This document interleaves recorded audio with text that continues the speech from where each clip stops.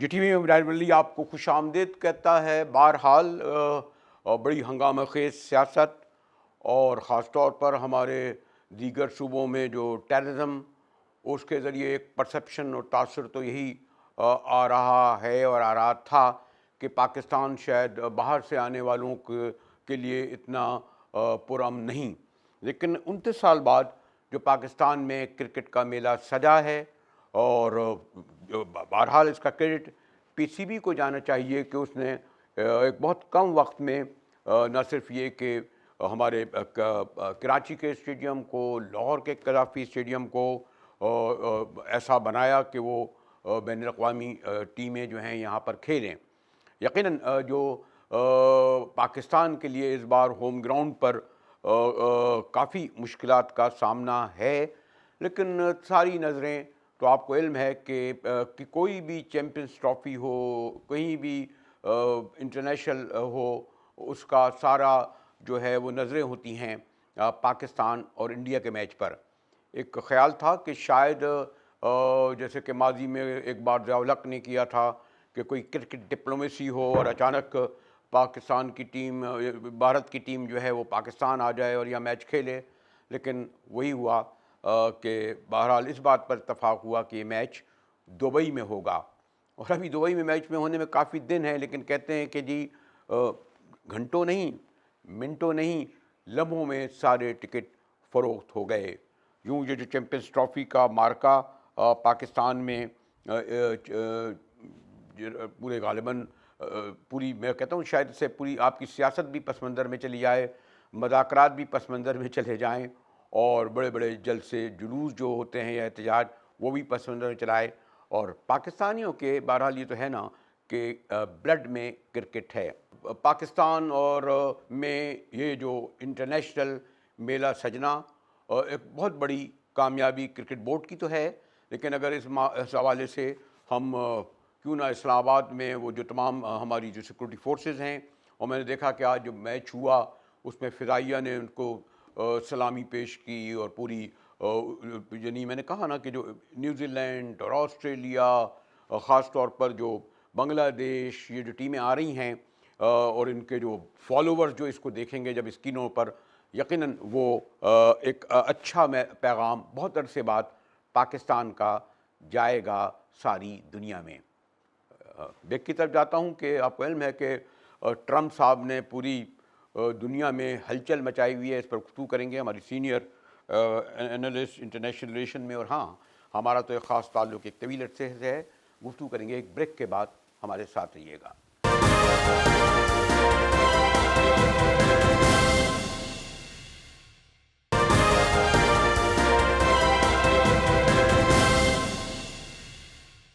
جی T V میں ایک بار پھر مجاہد ولی آپ کو خوش آمدید کہتا ہے، اور آپ کو علم ہے کہ ٹرمپ کے آنے کے بعد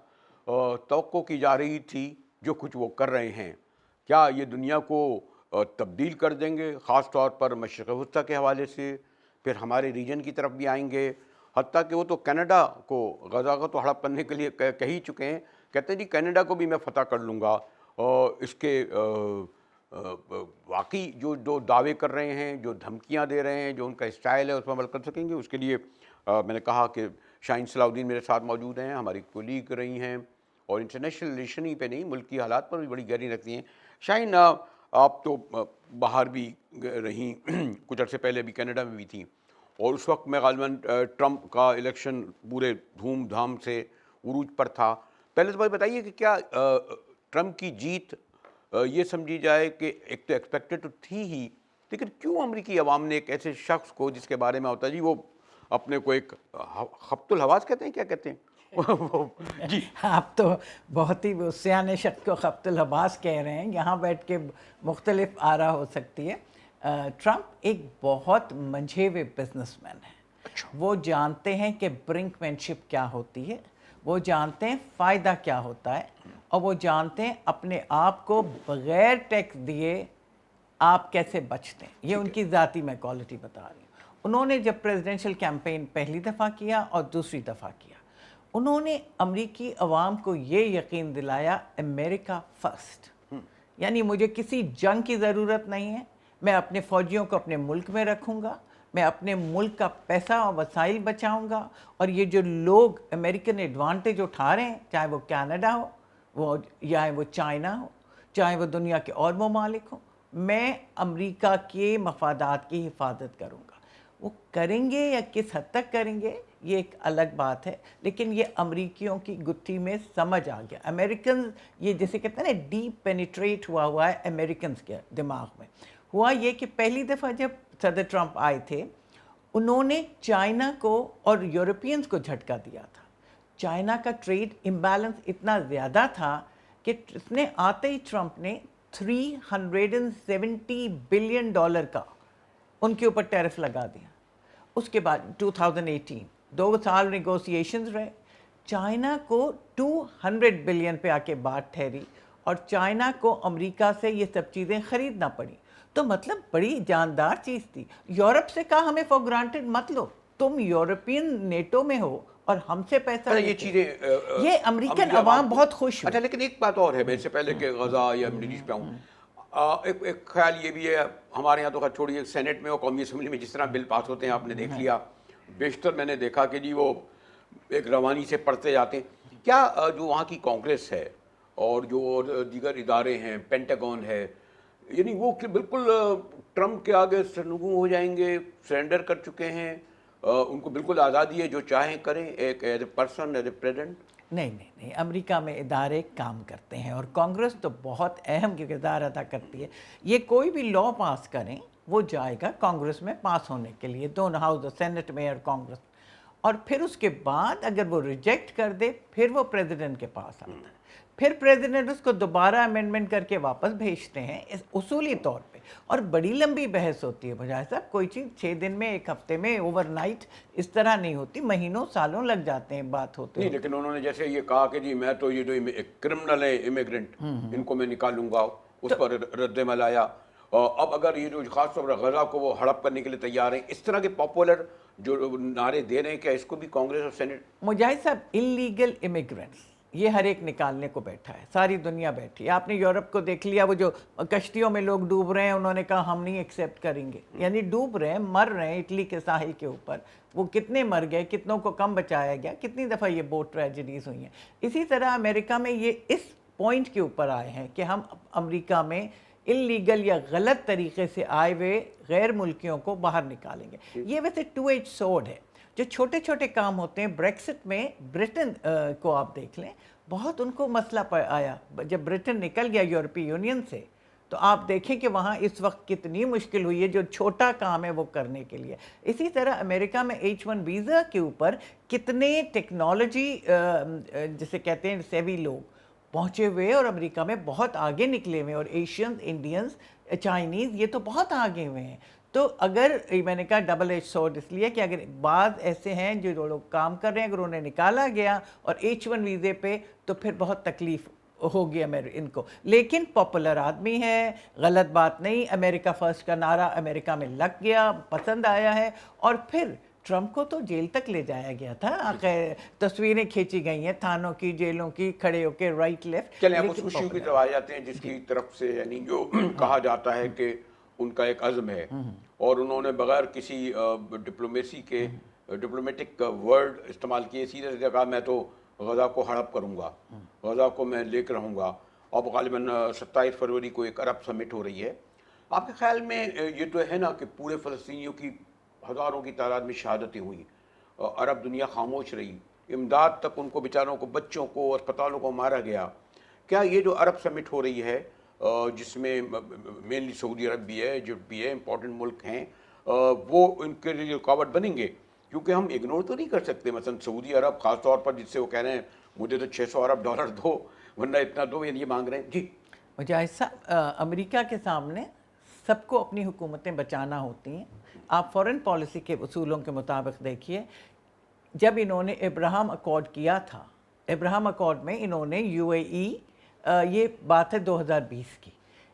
ٹرمپ کے دور میں ہوا تھا، اور اس میں یہ کہا گیا تھا کہ مسلمان اور یہودی کیونکہ دونوں حضرت ابراہیم کو مانتے ہیں، تو اس حساب سے ابراہم اکارڈ ہوا تھا۔ اس کے اندر UAE، بحرین، موراکو اور سوڈان شامل تھا۔ اس وقت آپ نے دیکھا یو اے ای میں کیا تہلکہ، کیا چینجز آئے ہیں کہ اسرائیلیز، یہودی سب آ کے رہ سکتے ہیں، ریلیشن شپس قائم ہوئی ہیں ان ملکوں میں، یہاں سے جانا آنا. تو عربس تیار ہیں کلی طور پہ پوری طرح اسرائیل کے ساتھ اکنامک ٹائز بڑھانے کے لیے. وہ نے کوئی فلسطینیوں سے اتنی ہمدردی نہیں ہے جتنا ہم یہاں بیٹھ کے دیکھتے ہیں. اب ان کے لیے ایک اکنامک پراسپیرٹی ریجن آ رہا تھا. ہمیں بھی پتا تھا کہ سعودی عرب ایک اس نہج پہ آ گیا تھا کہ وہ ایکسیپٹ کرنے والا تھا، لیکن پھر یہ جو مسئلہ غازہ کا شروع ہوا، امریکنز نے ایک آئیڈیا دیا ہے، وہ آپ دیکھیے گا اینڈ میں فورس کر جائے گا، یہ عرب کنٹریز پہ امپوز ہوگا اور یہ مانیں گے. مطلب یہ دیکھیں سعودی عرب بھی وہ سعودی عرب نہیں ہے جو ہم دیکھتے تھے، وہ بھی ایک بہت ہی ایک ماڈرن ماڈریٹ شکل ایم بی ایس دینے جا رہے ہیں. اور ایک لگتا ہے میرے خیال میں تو شاید ایم بی ایس کی کافی کیمسٹری ٹرمپ سے ملتی ہے، یعنی دونوں اب تو خیر وہ ایگریسو، اور انہوں نے بہرحال ایک اس وقت عرب دنیا کی لیڈرشپ انہوں نے اپنے ہاتھ میں لے لی ہے، اور یہ ایک ایسے مرحلے پر ہوا ہے، اور اتنا بڑا شہادتیں 60,000 ہوئیں، اس سے بھی کوئی فرق نہیں پڑا. مجاہد صاحب، ایک تو سب سے بری بات یہ ہوئی کہ یہ جینوسائیڈ کو عربوں نے اس طرح سے نہیں کہا جس طرح کے جینوسائیڈ ہوا. 15-18 ہزار کتنے بچے مارے گئے ہیں، کتنی عورتیں ماری گئی ہیں، کتنے اسپتال گئے، کتنے جرنلسٹ مارے گئے. آپ نے دیکھا دنیا میں اس طرح سے کوئی تہلکہ ہوا؟ کیا یورپی حکومتیں اس طرح ہلیں؟ نہیں. یہ لوگ ہیومن رائٹس کی بات ضرور کرتے ہیں، ہیومن بینگز کی نہیں. ٹرمپ نے آتے ہی انٹرنیشنل کورٹ آف جسٹس کو کہہ دیا پابندی لگا رہے ہیں. حد یہ کہ وہ ادارے جو ہیومانیٹیرین کام کر رہے تھے، ایڈ کمپلیٹ بند کر دی. اس وقت غازہ میں کون مدد کر رہا ہے؟ کوئی ان بچوں کو، ان لوگوں کو. مجھے لگتا ہے جیسے کہ میں نے پہلے کہا، ایک برنک مین شپ، یہ آدمی بزنس مین ہے، صدر، اور یہ ایسا نیگوشیٹ کریں گے کہ پورا غازہ نہیں لیکن کچھ حصہ جو ہے یہ آگے پیچھے. شاید ایک بہت امپورٹنٹ چیز رہ جائے گی جو اس وقت ہم اتنے فوکس نہیں کر رہے ہو، غزہ میں کر رہے ہیں، اور وہ یہ کہ ٹرمپ نے ایک بڑا ایک خوبصورت یہ کھیلا کہ انہوں نے پیوٹن سے، روس سے جو اپنے جو پیغام دیا اس سے پیوٹن بھی ذرا نرم نظر آئے، کیونکہ وہ بھی آئسولیشن کے شکار تھے. اور اصل تو آپ کو پتہ ہے کہ ٹرمپ کا شکار ہے وہ تو ہے چائنا. وہ چائنا کو جس طریقے سے امریکہ نے سوویت یونین کو کابل میں لا کے گھیرا، اور پھر وہ آپ کو علم ہے کہ جو سمندروں تک کیا آتے ہیں، بالکل سوویت یونین کا شیرازہ بکھر گیا. اور تو آپ سمجھتے ہیں کہ ٹرمپ کا جو اصل ٹارگٹ تو چائنا ہے، وہ اس کو انگیج کر رہا ہے سم ایکسٹینڈ. اگر ایک یہاں بھی پراکسی وار لڑی جا رہی ہے، ہم بہت محتاط الفاظ میں بات کروں گا اس وقت ہمارے بلوچستان کے بارڈر پر، یا اگر ہمیں یہ بھی خبریں آ رہی ہیں کہ ڈیورن لائن اور یہ پوری جو بیلٹ ہے یہاں پر جو ایک داعش ایک بار پھر ایکٹیو ہوئی ہے، القاعدہ کے انڈر میں جو ہے، وہ کہتے ہیں کہ یہ ٹی ٹی پی کو، اب تو یو این کی رپورٹ بھی آ گئی کہ ٹی ٹی پی کو باقاعدہ جو تربیت دے رہی ہے کابل. یعنی یہ جو بن رہا ہے ہم اسے نظر انداز نہیں کرتے، کیونکہ وہ جو آگ لگی ہے وہ تینوں ملکوں کو متاثر کرے گی، اور اس میں ہم پاکستان بھی آئے گا. ٹرمپ کی ایشین پالیسی یہ ہے کہ چائنا کو کنٹین کرنا ہر حال میں. چائنا کو کنٹین کرنے کے لیے وہ بہرحال مڈل ایسٹ میں تو اسرائیل اور اس ریجن میں انڈیا کو آگے لانا چاہ رہا ہے. انڈیا کے ساتھ وہ بہت نرمی برتیں گے. وہ بھول جائیں کہ انڈین امیگرینٹس کو بھیج دیا، یہ کیا، وہ ایک ڈومیسٹک پالیسی تھی. انڈیا کو ایز اے ریجنل پاور وہ ہر قیمت پہ آگے بڑھائیں گے. اس حوالے سے وہ پاکستان کا رول چاہتے ہیں کہ آپ انڈیا کو کنسیشن دیں، انڈیا کو ریجنل پاور بننے دیں. اور جہاں تک آپ کی بات ہے کابل کی اور یہ ٹیررزم، اور یہ دیکھیے یہ ٹیررزم کے بعد وہ اپنے بہت سے ایمز اینڈ آبجیکٹیو حاصل کیے جاتے ہیں جب کوئی کنٹری جو ہے وہ ٹیررزم میں الجھا ہوا ہو. ہم اگر ٹیررزم میں الجھے رہیں گے، انہیں یہ دلچسپی نہیں ہے امریکہ کو. لاسٹ چیز ہے کہ پاکستان میں ڈیموکریسی ہے یا نہیں ہے، پاکستان میں کیا ہو رہا ہے، ان کے انٹرسٹ کیا ہیں امریکہ کے. جو امریکہ کے انٹرسٹ ہیں کنٹینمنٹ آف چائنا اور اس کے حوالے سے، اور وہ چاہ رہا ہے کسی طرح بھی رشیا اور چائنا جو ہیں ان کی جو دوستی ہو گئی ہے وہ نہ آگے بڑھ پائے، کیونکہ وہ جب ایک ساتھ بڑھے گی تو American M and games in this region کافی دھچکا لگے گا. تو اگر پیوٹن کو وہ اپنے ساتھ تھوڑے ایک حد تک ملا لیتے ہیں تو اس سے نارملسی آ جائے گی ان کی اپنے ایمز اینڈ آبجیکٹیوز کو آگے بڑھانے کے لیے. تو آئی پرسنلی تھنک سارا کچھ جو زور ہے نا وہ چائنا کو، چائنا کا اس ریجن میں یہ سی پیک آپ نے دیکھا سب کچھ تو ایک حد تک رک ہی گیا ہے، چاہے ہم کتنی بھی لفاظی کرتے جائیں بیلٹ اینڈ انیشیٹو کے اوپر یا سی پیک کے اوپر. چائنا بیسک یہ ہے کہ وہ سمجھتے ہیں اگلی پاور جو ہے وہ چائنا ہے. وہ نیوکلیئر کے حوالے سے ٹیکنالوجی کے حوالے سے آپ کو پتہ ہی انہوں لیکن نے اس طرح ایک بات ہے آپ یعنی جو ہم لوگ کو جو کولڈ وار ایرا تھا اور اس وقت بھی یعنی امریکہ کا یہ تھا کہ کسی طرح جو انہوں نے میکارتھیزم 50s میں جس جب کیا کہ ان کا ٹارگٹ تھا بہت عرصہ لگا اس کو 3 دہائیاں لگ گئیں سوویت یونین کو جو ایک سپر پاور تھا. آپ کو علم ہے کہ بہرحال ویتنام وار میں 40,000 امریکی مارا گیا تھا, کوریا وار میں 50,000 امریکی مارا گیا تھا, گلف میں مارا گیا تھا, اس لیے کہ ان مومنٹ کے پیچھے سوویت یونین تھا. اور یہ بہت بڑا نقصان تھا امریکنز کا, ایک کم و بیش اس کولڈ وار کے دور میں 1,00,000 سے زیادہ, اور اس کا رد عمل پھر امریکہ میں بہت بڑا ہوا. میرا کہنے کا مقصد یہ ہے کہ جو چائنا کو وہ اس لیے بھی انگیج کرنا چاہتا ہے کہ اب خود تو ان کا نقصان تو نہیں ہو رہا, اب تو وہ چائنیز کو نقصان پہنچانا چاہ رہے ہیں نا. بالکل جیسے ہمارے یہاں آپ نے دیکھا کہ سیریسلی جو مخالف درجن بھر سے زیادہ چینی ہوئے ہیں یا اس سے زیادہ ہوئے ہوں گے, تو یہ بہت بڑا نقصان ہے. وہ یہ چاہتا ہے کہ کسی طرح یہاں یا تو انگیج کریں یا یہاں سے نکالے. مجاہد صاحب بالکل آپ صحیح کہہ رہے ہیں, کیونکہ اس وقت ان کو اندازہ یہ ہے کہ پاکستان کے تھرو چائنا آگے ایکسپینشن کر سکتا ہے کافی حد تک. مطلب 10 اسٹیٹس میں بھی جو جانا ہے وہ ہمارے ہی تھرو جاتا ہے نا, خان کوریڈور سے اور ادھر سے. تو کہنے کا مقصد یہ ہے کہ وہ انفلوئنس چائنا کا فائنینشیل, ٹیکنالوجیکل, یہ اے آئی جو آ گیا یہ, اینڈ بزنس اکنامک انٹرسٹ کو کسی طرح روکا جائے. چائنا اکنامکلی انہیں پتہ ہے کہ چند سالوں میں انہوں نے یورپ میں چائنیز, ہواوی اور باقی تمام جو بھی ان کی چیزیں ہیں اکنامکس, وہ انہوں نے معاشی طور پہ کرپل کرنے کی کوشش کی ہے. وہ ان کی ٹیکنالوجی پہ بین تقریباً لگا ہوا ہے یورپ میں کہ نہیں چل سکتا. انہوں نے ٹیرف پہ اتنا ہائی بین لگایا ہوا ہے, وہ تو ساری دنیا پہ آپ دیکھ لیں. کینیڈا سے اب جو آپ نے کہا تھا ایک لفظ شروع میں خبط العباس, وہ ٹروڈو کو انہوں نے پچھاڑ کے رکھ دیا. کیوں؟ اس لیے نہیں کہ جی آپ ٹیرف کے, ہم اکنامک, اس نے اوپنلی کہا کہ اکنامکلی ہم ماریں گے. وہ یہ تو کیونکہ آپ تو کینیڈا میں آپ کی فیملی رہ رہی ہے, کیا بیچارے اتنے کمزور ہیں ٹروڈو یا ان کا کہ انہیں ہڑپ کر لے گا؟ وہ پچھلی دفعہ جب ٹرمپ نے دھچکا دیا تھا اور نافٹا ختم کیا تھا میکسیکو اور ان کا معاہدہ, اور 70-80% پتہ نہیں کتنا ٹیرف لگا چکے ہیں, لگاتے رہے, ابھی بھی ان کا یہی خیال ہے. لیکن انہوں نے پرسنل اٹیک بھی کیا تھا ٹرمپ نے ٹروڈو کے اوپر, اور ٹروڈو نے کوئی پریس کانفرنس کی تھی مجھے اب تک یاد ہے, اور پریزیڈنٹ ٹرمپ اسی وقت ٹیک آف کیا تھا جہاز, تو انہوں نے اتر کے کیا کہا, انہوں نے کہا ٹروڈو کو یہ خبر نہیں ہے کہ میرے ایئر فورس 1 میں کیمرے لگے ہوئے ہیں اور اس نے یہ غلط بولا. اور یہ تو اس حوالے سے وہ اتنا جیسے کہتے ہیں لاؤڈ ہے کہ ساری دنیا کے جو حکمراں اور سربراہ ہیں وہ بڑا محتاط ہو کے ان سے بات کریں. آپ نے اندازہ لگایا ہوگا کہ ایک تو ایک عرصے بعد شاہین صلاح الدین سے 1 on 1 اس طرح بات ہو رہی ہے, اور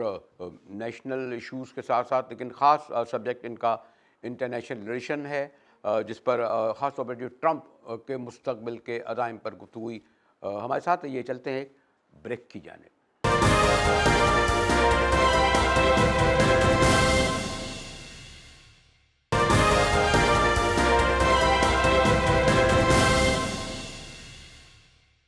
جی ٹی وی میں ایک بار پھر مجاہد ولوی آپ کو خوش آمدید کہتا ہے. آئی ایم ایف نے بہرحال ہم سے اتنی لفظ جو وہ اتنا کامن ہو گیا ہے, اور کیونکہ خود ہمارے پرائم منسٹر نے کہا ہے ناک رگڑوانے والا دہرانا نہیں چاہتا, لیکن بہرحال آئی ایم ایف نے دیکھا نا کہ سپریم کورٹ کے چیف جسٹس تک سے ملاقات کی, بار سے ملاقات کی, اسٹیٹ بینک میں کی. ورلڈ بینک نے ذرا زیادہ سوفسٹیکیٹڈ طریقے سے ان کے وفد آیا اور ملاقاتیں کی ہمارے ہیڈ آف دی اسٹیٹ سے, اور بہرحال کہتے ہیں جی $40 بلین لے کے آ رہے ہیں. ہمارے ساتھ ہیں ہارون شریف صاحب, چیئرمین بورڈ آف انویسٹمنٹ. شکریہ ہارون شریف صاحب. میں نے کہا نا کہ ورلڈ بینک کے بعد آئی ایم ایف بھی آ گیا, اور وعدے تو بڑے کیے جا رہے ہیں, لیکن اس وقت ہماری جو اپنی صورتحال ہے غالباً 88,000 ارب کے ہم اس وقت مقروض ہیں,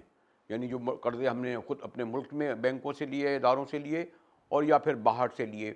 تو یہ اگر پہلے تو یہ کہ یہ جو میں نے کہا کہ جو ورلڈ بینک اور آئی ایم ایف جن شرائط کے ساتھ ہمیں قرضے دے رہا ہے, اس سے کہ معیشت میں بہتری آئے گی. جی بریل صاحب, ایک سوچنے کا, ریفلیکشن کا وقت ہے کہ جب ملک کے اندر انویسٹمنٹ نہیں آ رہی ہے, صرف ایم او یوز سائن ہو رہے ہیں, اور یہ ملٹی لیٹرل ادارے جو ہیں ان کے قرض کے اوپر ہم نئے پروجیکٹس بنائے جا رہے ہیں انفراسٹرکچر کے یا کیش ٹرانسفرز کے،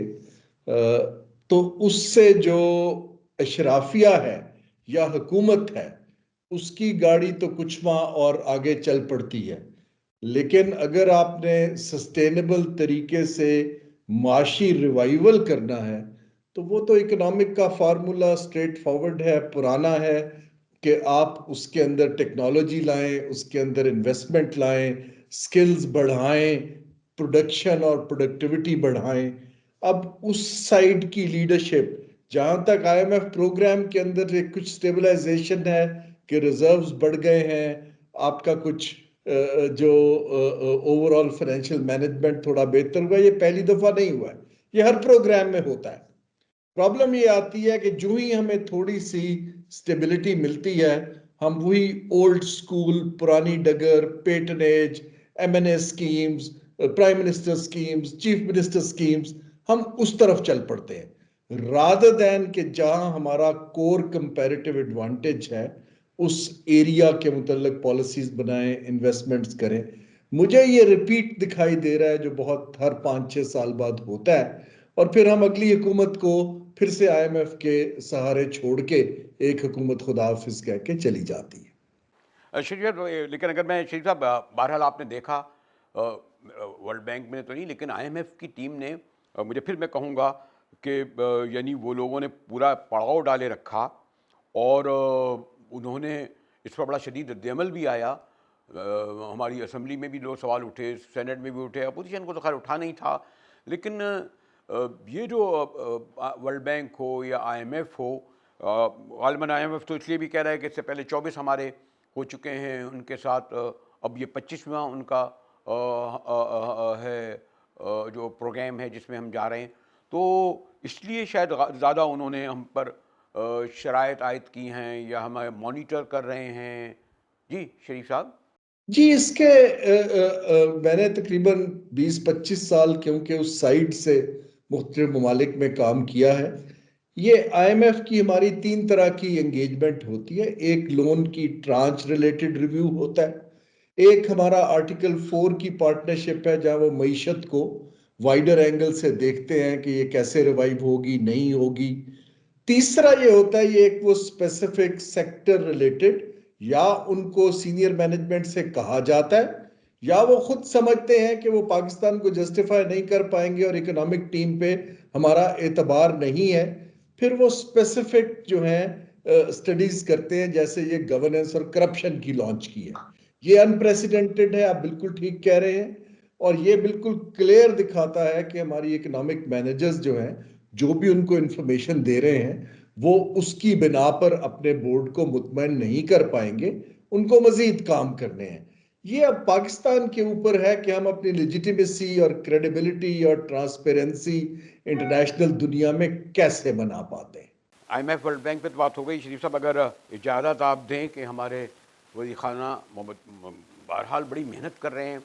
ایچ بی ایل سے نکلے، بعض ہمیشہ وہ ایچ بی ایل کا نام آپ کو علم ہے نا کہ بڑا پی ایس ایل سے جڑ گیا تھا تو نکل بھی جاتا ہے H B L P S L, لیکن ایسی بات نہیں ہے، ادھر انہوں نے غیر معمولی اپنی کارکردگی کا مظاہرہ کیا ہے۔